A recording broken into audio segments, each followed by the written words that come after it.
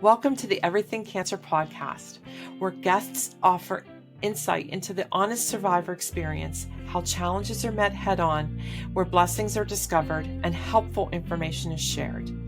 We are so glad to have you here, and we hope you enjoy today's episode. As you know, the information shared on the Everything Cancer podcast is not intended as medical advice. Always consult with your healthcare team. We would love to hear from you, your suggestions for topics or guests, and your comments about the show at everythingcancerpodcast@gmail.com. Remember to rate us on your favorite podcast platform and tell others about our show. Now on to the episode.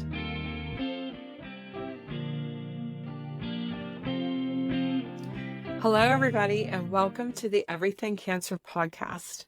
We have a pioneer with us in Stephanie Ciranni, who is the Executive Director of Cancer Bridges in Pittsburgh, which is an amazing cancer support organization. I cannot wait for her to go over with you all of the services they offer and also the history of how they got there, which is a very storied history. And Stephanie has been a driving force behind pulling that into a unified, rich and dynamic group that just, I get chills talking about it. And I'm really happy to be able to be part of it. Stephanie, welcome to the podcast. Thank you so much, Jill. Thanks for having me. Absolutely. I'm really excited to have you here.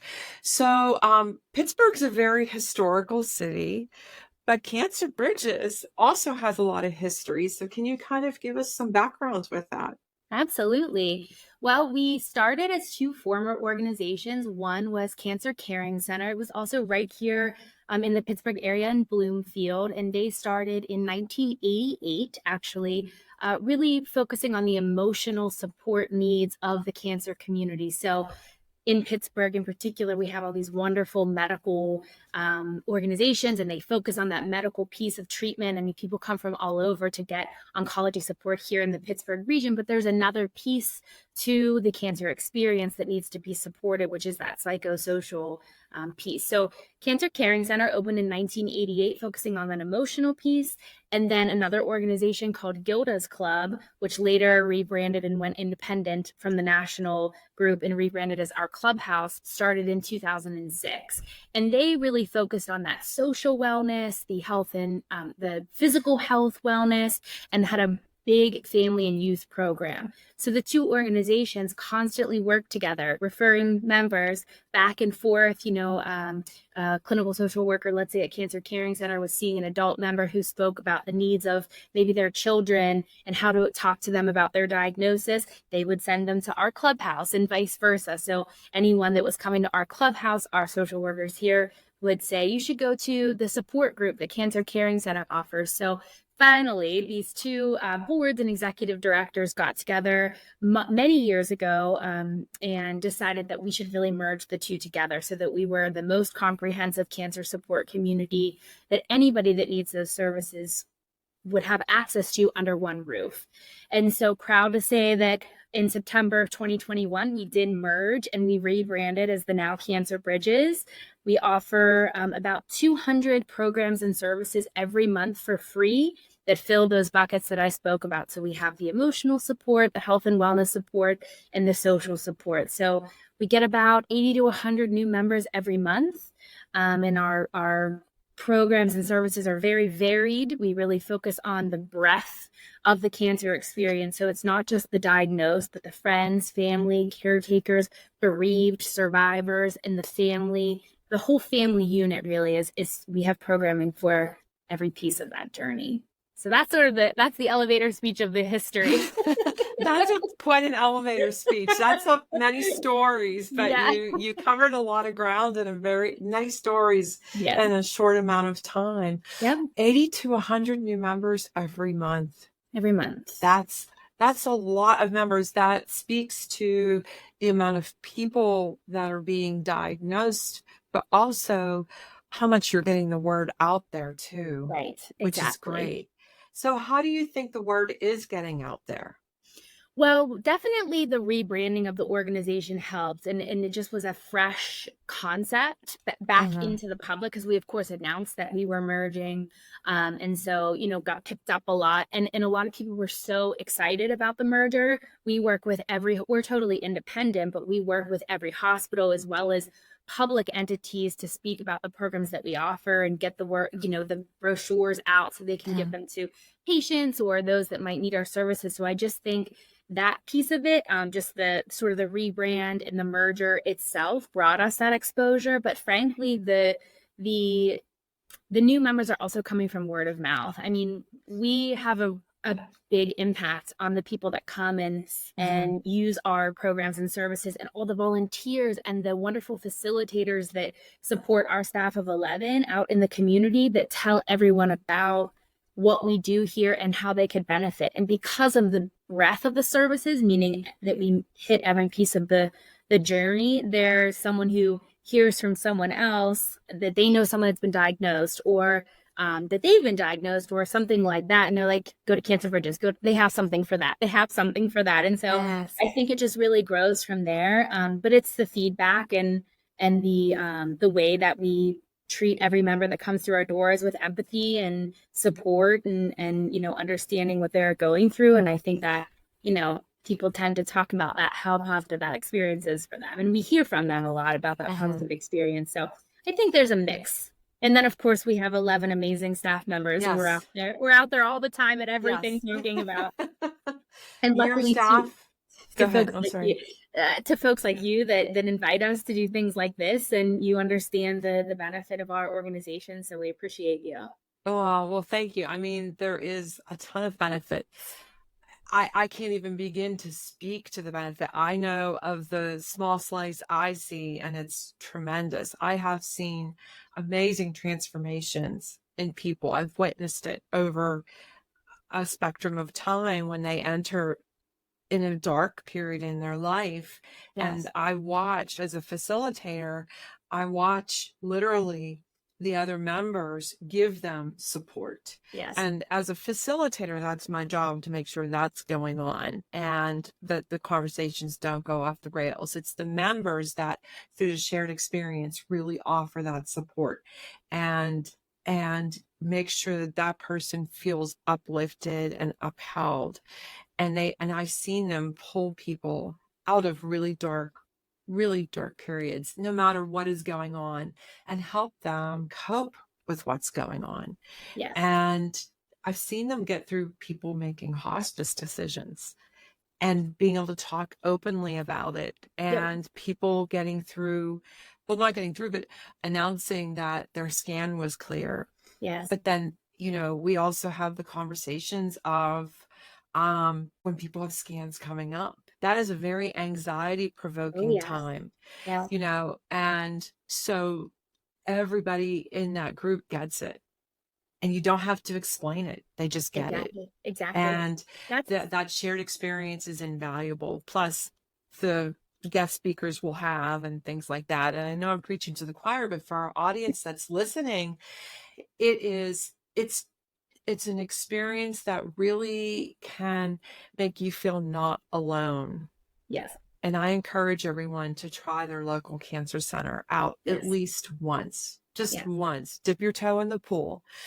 So Stephanie, speaking of that, what would you say to someone who's really fatigued and just doesn't feel like being social and just wants to hide under their covers? What would you say to them that's going through the cancer journey? I think exactly what you just said, just encouraging them. Often, we are getting calls from potential members who are already doing exactly what you're saying. They want to dip their toe in, and they don't know what they want to do or how they want to get involved, but they're being told maybe by others around them or their oncologist or their nurse navigator that they really should connect with a program outside of the medical setting. And that's what we try to encompass here at Cancer Bridges. So what's unique about our programming, and the reason that we get to the number 200 programs and services a month, is exactly that. Yes, of course, if someone is wanting to join a support group that makes sense for either the diagnosis or the journey, that if they're a caretaker or in grief, we have different support groups for that.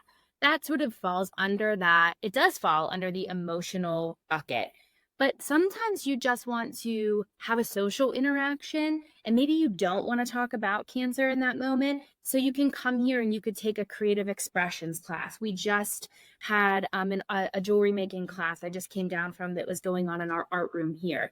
You can come and do yoga. It's not, the theme of that class is not going to be cancer specific. It's going to be about socializing and being together. And the isolation that comes with a diagnosis, or someone in your family having a diagnosis, is so high that we try to create these moments where you're just with others. Of course, sometimes someone may say exactly what you just mentioned. Yeah, I'm feeling a little nervous because next week I have another scan, or so someone in my family does, or whatever the case may be. And there may be conversation around that, but not every single activity here is based in that emotional piece of the journey. You sometimes need a break from that. So, we would encourage anyone to call or take a look at our calendar and see all the different types of programs that we offer. And there's typically a fit that might fill that need in that moment. And maybe from meeting others in that social setting, you realize that you absolutely can or should do a support group.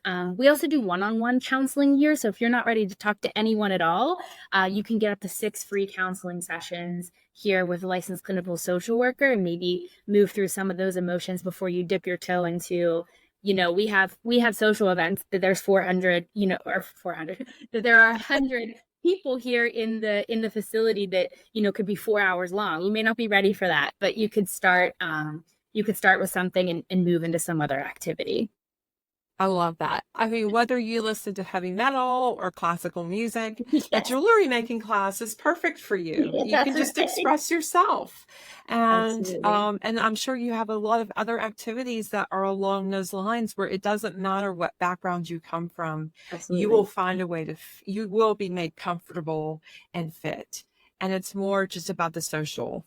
Exactly. And if you are really feeling that you, for example, let's say it's been recommended that you do physical movement and you want to, but you don't know where to start, or you're having anxiety about being in a room with others and exercising, we have many of those programs offered online. So you can turn your camera off and you can do chair yoga, and you can be in a room with other people and seeing other people, but getting through some of that, and eventually probably teach a class, because that's kind of how things go here. People get very involved and engaged, and they realize we leave all that at the door. But so that's really why we look at everything that we offer here. We really dive into feedback that we receive. We really try to understand the needs of our community. They're coming here for services because we want to make sure that there is something for everyone. Well, if you're not feeling well, that's a great way to dip your toe in the That's pool, right. is with chair yoga. Yep. Or And even coffee and chat. We do coffee and yes, chat every Friday morning. It is 45 minutes to an hour. It's just a couple of members that get together. You can sit in your lazy boy if you want to and just connect. I mean, you're just chatting. What's the plan for the weekend? What's everyone have going on? So there's so much that can be accessed. that's amazing. Yep. Stephanie, what are some of the amazing transformations you've witnessed at Oof. Cancer Bridges Oh, that I come to got kind of mind? chills when you ask. I do get this.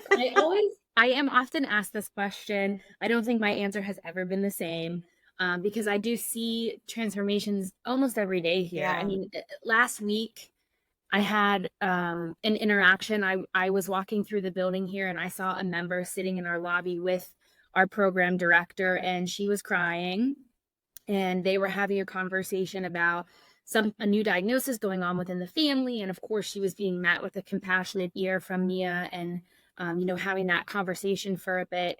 And then an hour later, I was upstairs and I walked past our art room, and she was in an art class, and she was laughing with some other members because she had gotten what she needed in that moment, but she wanted this other piece, which laughter is an emotion to be had, as well as the crying. So of course, not every transformation is that quick, from coming from the lobby to the art room, but that's sort of, that can happen every day here, because because the staff is incredible, and the people that they interact with are supportive and listen. But I've also had long-term stories that I've heard here. I mean, our bereavement program is a very strong program that we offer here. And that can take some time to move from the initial feelings and the emotions that you're experiencing when you join our Moving Through Grief series or our grief support group or our Grief Connect group, which is a social group that we offer where they go do fun things because, that's part of the process as well. And I've seen those transformations that can take a little bit longer, but you have people that come and they're absolutely not going to be getting us into a support group. They want to do one-on-one counseling. They don't want to talk to anyone else. They have a lot of emotions to process, and they work with Wendy or one of our team members to do one-on-one counseling. And then they're out at Phipps Conservatory at our social group a month later, or helping me with a presentation because we, really try to make sure that all of their needs are met. Our survivorship program is the same way. I had a young woman seek me out directly. It happens from time to time. Just someone reached out and said, I really want to talk to you about your Living Life Post-Cancer treatment program. Would you be willing to have a meeting with me? And I didn't know what it was going to be about. And I didn't know if it was going to be feedback one way or the other. I assumed, of course, that it was positive, but you never know. It was kind of vague. And she came here and she came into my office and we had this meeting and she said, I cannot tell you. I, of course, had this wonderful medical treatment, but when it was over and you ring the bell, people just assume that you're beyond cancer, they're like, yay, let's go celebrate. We can leave cancer behind us. And that was not how I felt. I felt like I was being dumped by a boyfriend and I didn't know how to move forward. And so she came across our Living Life Post-Cancer treatment program and she joined. And she set this meeting with me and took time out of her schedule. She is a 41-year-old woman to come and tell me about her cancer journey. And she said, of course, she was happy to be medically past the diagnosis, or at least in the treatment piece. But she said she doesn't think she would have moved on if it wasn't for that program. And so now she started her own company where she's making headscarves.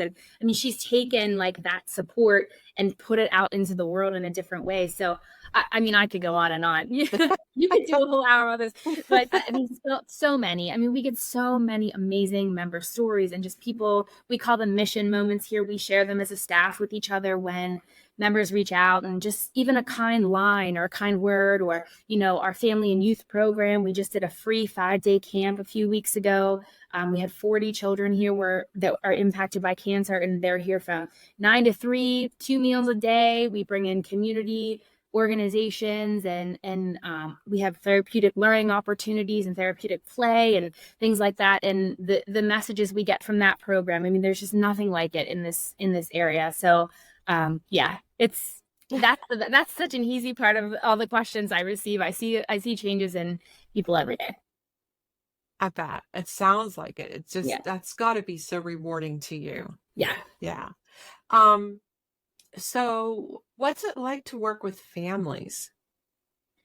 Well, here it's interesting because often we have members that will reach out, in particular a diagnosed parent, who are actually looking for support for themselves, who may not even realize that we can support the whole family unit. So, that's such a relief to them when they reach out and they say, I need one-on-one counseling because I want to talk through how I'm going to tell my children about this diagnosis within the family, someone that they love, whether it's them or someone else. And we can say, well, we can do that, but we also have 2 child life specialists on staff that can meet with them individually and speak to children in a way that makes sense to them. We can talk about cancer with Legos. We could do medical play. We can do one-on-one counseling with, children ages 3 and up. So we have a big family program here. And then again, we do social events.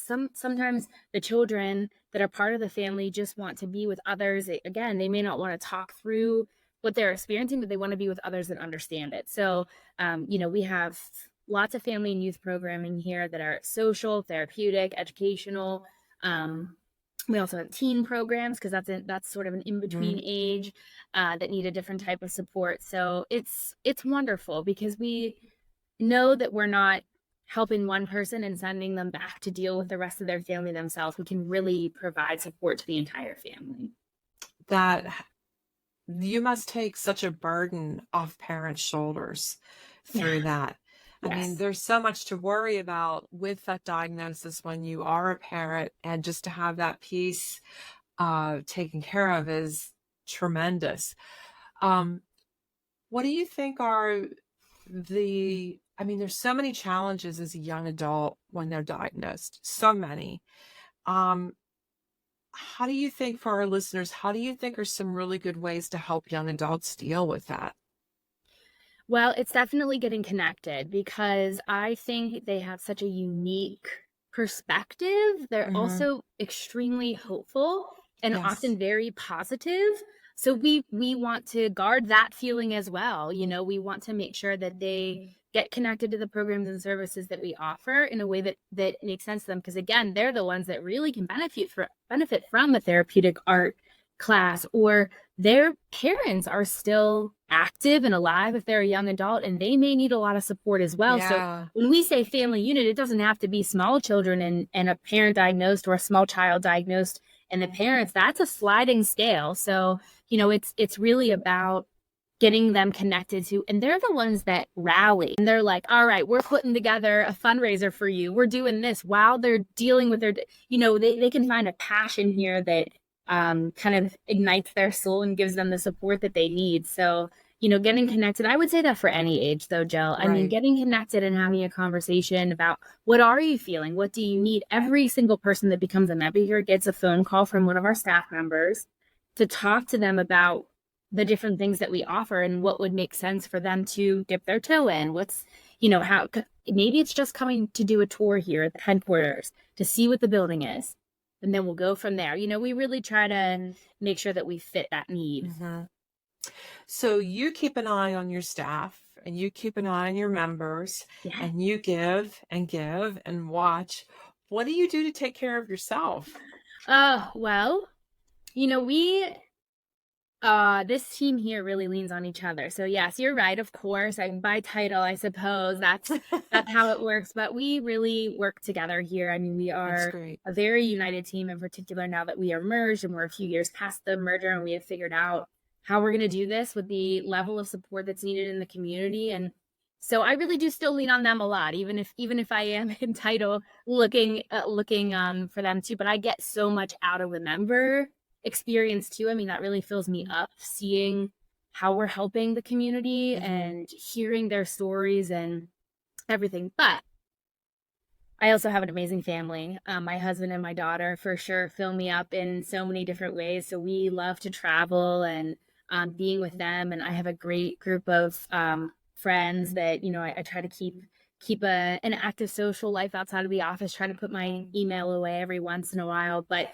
I mean, really, honestly, Jill, I'm such a proponent of mental health. I've been in therapy for most of my life. I believe in it. It helps me. There still can be stigma around that, which is why we're so proud about the free counseling that we offer here. I know, that's a big draw for individuals who, Hmm. don't want to report in to maybe their work or their insurance or whatever, that they're seeking that kind of help. I'm the opposite. I'm like waving flags all over the place. And so, there's a lot that I get out of that as well. But yeah, I really try to keep my social battery filled, laughter, being with people that I love. So Well, I think it's not always a matter either of not necessarily wanting your health insurance or your employer to know, as oftentimes it's really hard to access, as you know, mental health, behavioral health services. So the fact that you offer those yes, 6 free sessions is huge, especially for someone just who's in a lot of need at that time. exactly. Obviously, if they're a crisis, you're going to refer them to crisis Yeah. intervention. But um, someone who's just having a really tough time, having that access is tremendous. Yes. And until they get more pulled in and get the support that they need there. Um, and I'm so glad to hear that your staff I know several of them, and they are an amazing group, and I'm friends with many of them. I Yeah. consider them friends. They do lean on each other quite a Hmm. bit. And they've been together for a long time. It seems very family-like in a lot Yes. of ways, Yes. which is great. Um, how does Cancer Bridges interact with other cancer support organizations? Sure. So I think I mentioned before, we are independent from any hospital system, but we do work with every hospital in this area. So they're often the ones that are the first to recognize when someone might need support beyond that the medical piece that they're providing. So we have excellent referral partners at all of the hospitals that will recommend our services to those that need it. So we work very closely with hospitals, and then they also will invite us to present to their staff, so the staff knows about us in any way, because there could also be staff members that need our support. It's not just referring us to the patient. So we work closely with them. We have a very robust resource list here. So yes, of course, we offer almost 200 programs and services a month, but there's so many amazing organizations in this area that do things that they're already doing it. We don't need to reinvent the wheel. Right. Yeah, so we have a really robust resource list. So if someone has something that they're looking for or a particular need, we make sure that we're referring them to the right place. Based on that. So we really try to keep that resource list updated. And so if someone says, it's on our website too. So someone could go and say, I'm looking, it's not alphabetical, trying to figure out if there's something that we have, or give us a call. We can try to find a connection. But then we also have a lot of direct interaction. So we get asked often to table at different events. So there's different run walks and things in this area that might be a particular type of cancer or a particular type of support that they're doing a run walk or an event for, and they'll ask Cancer Bridges to come as a resource to anyone that's attending, so that people know about us, because they know the same about us. They're doing something, they have it figured out, and they know the same thing about us. So we have speaking opportunities, and we bring all kinds of cancer organizations in for education. So in particular, resources within the hospitals often will say, we have members that want to learn more. At the beginning of this year, they want to know more about sun care in summer and making sure that they were using the right SPF and things like that. So we developed a whole program around it. We brought in a bunch of different cancer related, specialists and things to come in and speak to the members, so they have that information. So lots of ways. Yeah. That's amazing.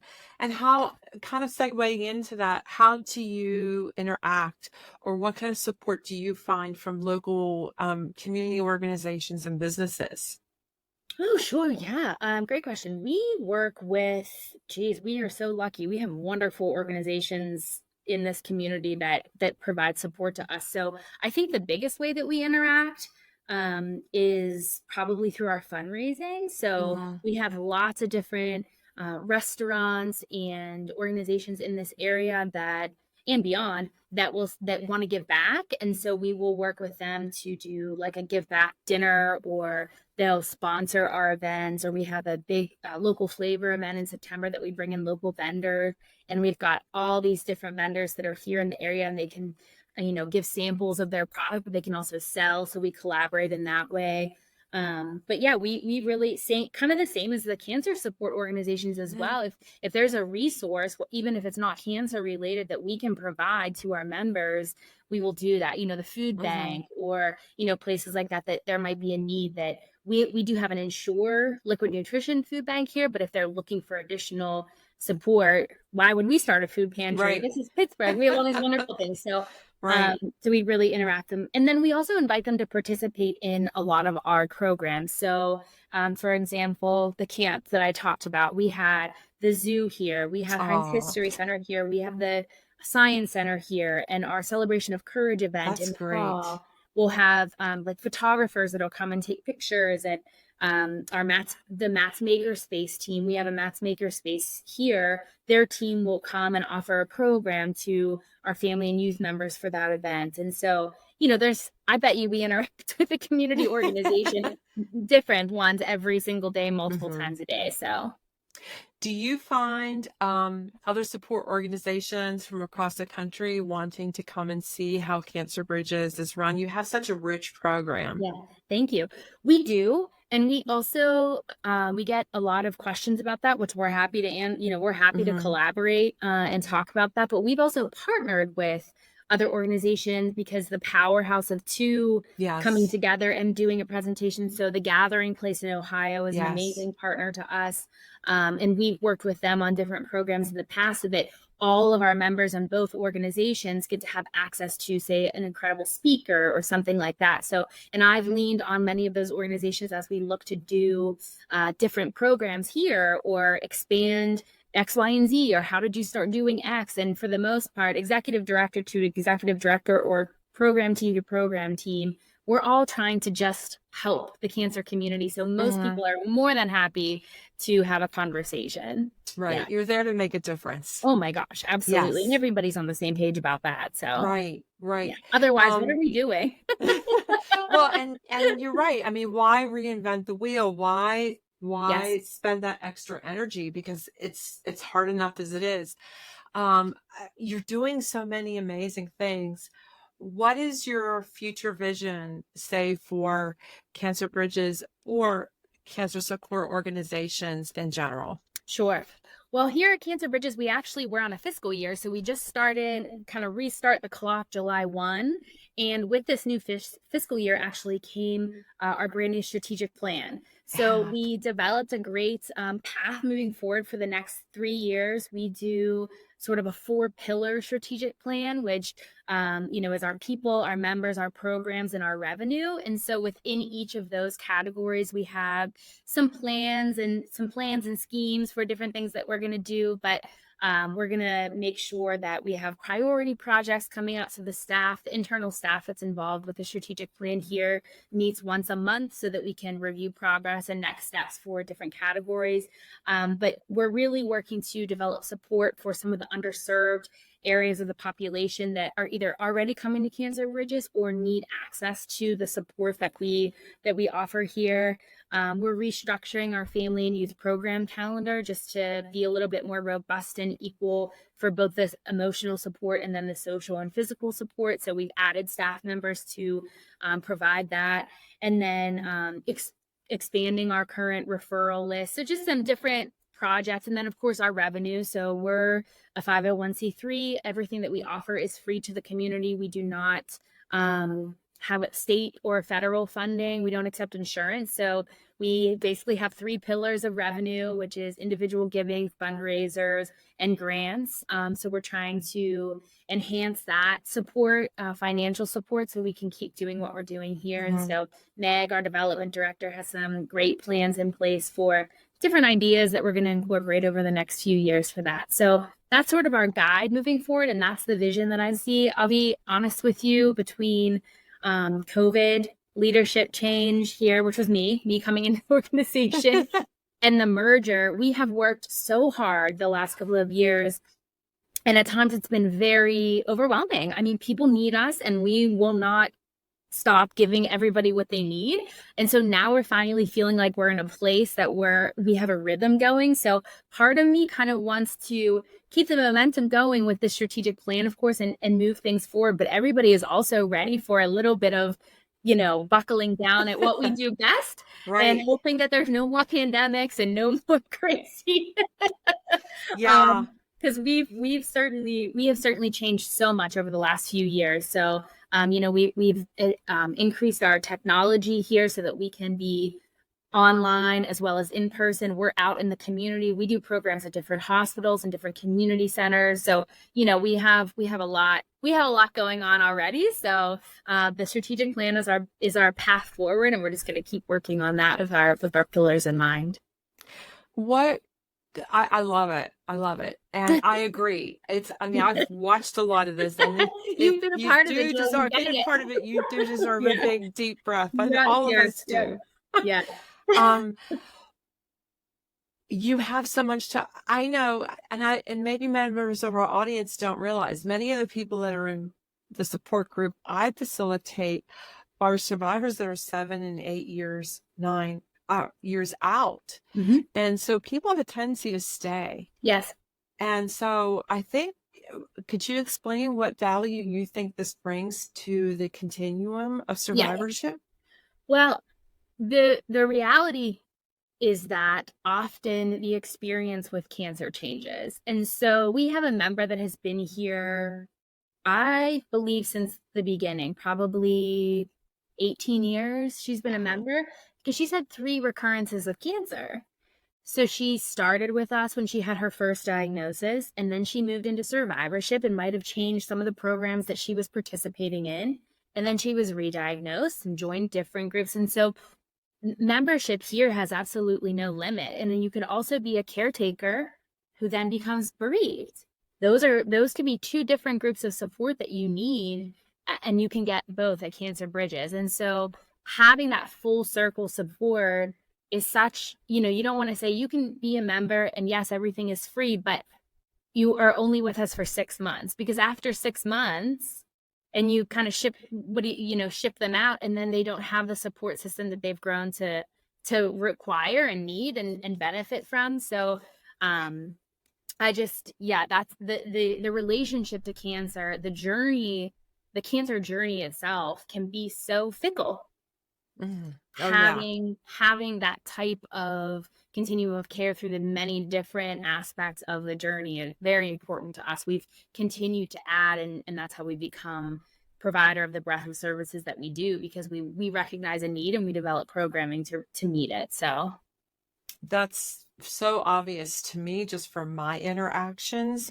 And just from, my gosh, that person, 3 recurrences, but imagine the support she's received through those recurrences, but then the support she can give to other people absolutely that are going through that. We could throw she's an extension of staff, as most of our members are. But it's, I've seen that's a lot of that, the transformation question that you asked earlier. That's in a lot of that I see as well, is the change in their relationship to cancer in their time here. And then sometimes there's absolutely no expectation that this happened, but often someone maybe is ready to not be a part of a certain group anymore, but they just don't want to leave. So they start volunteering at the front desk. Mm-hmm. And then they're the welcoming face. Can you imagine a member coming in when they could be in crisis? They could be, they could be needing support in that moment. Like the member I saw, crying in our lobby the other day, and there's someone who has experienced it. So when I say we're really a community space here, I mean it. Yeah. I gather that. I'm looking forward to becoming more involved. We love having you. We do. I love being there, and it means a lot to me. It really does. You mean a lot to us. Oh, thanks, Stephanie. Yeah. Is there anything you haven't had an opportunity to share yet that you would like to? Oh, I just, anyone that wants to hear more information, I'm happy to share. We support the entire state of Pennsylvania, and because of the breadth of services that we offer, there's usually something for everyone. So I'm happy to continue as needed. Maybe you can share my contact information, but I'm just very thankful to you and letting us continue to spread the word. Like I said, we've been around for 3 years, and there's no shortage of need here in the area, but we know there's still lots of people that don't know about us. So, if you know someone, of your friend, yourself, your friends, your neighbors, spread the word, and we're happy to support. And anyone outside the state of Pennsylvania, I encourage you to look online for your local cancer support organization, and at least call them and talk with them and see how to become, just to dip your toe in. Don't go this alone, or go to cancercare.org, because they do entirely online nationwide, and they have oncology clinical social workers that can help you out there and give you guidance, and they have groups for any type of needs you may have. They have groups established for that. So I'll have that link in this too. But Stephanie, you all of you have done something amazing at Cancer Bridges. Thank you. You're so welcome. Much. Thank you for your time and being here. Absolutely. Appreciate you, Jill. Thanks. Thank you. Thank you for joining us on this episode of the Everything Cancer podcast. We hope you found the conversation as insightful and as inspiring as we did. Remember, all the details about our guests, including their contact information and links to resources they've shared on their websites, will be included in the show notes. If you've enjoyed this episode, please consider supporting us by visiting our website, checking out our Patreon page, or becoming a sponsor. Your support helps us to continue to bring you these important discussions. Don't forget to subscribe to the Everything Cancer podcast on your favorite platform, and follow us on social media. Always remember the information shared here is not intended as medical advice. For any personal health concerns, please consult with your healthcare team. Thank you so much for listening, and we look forward to having you back with us again next time.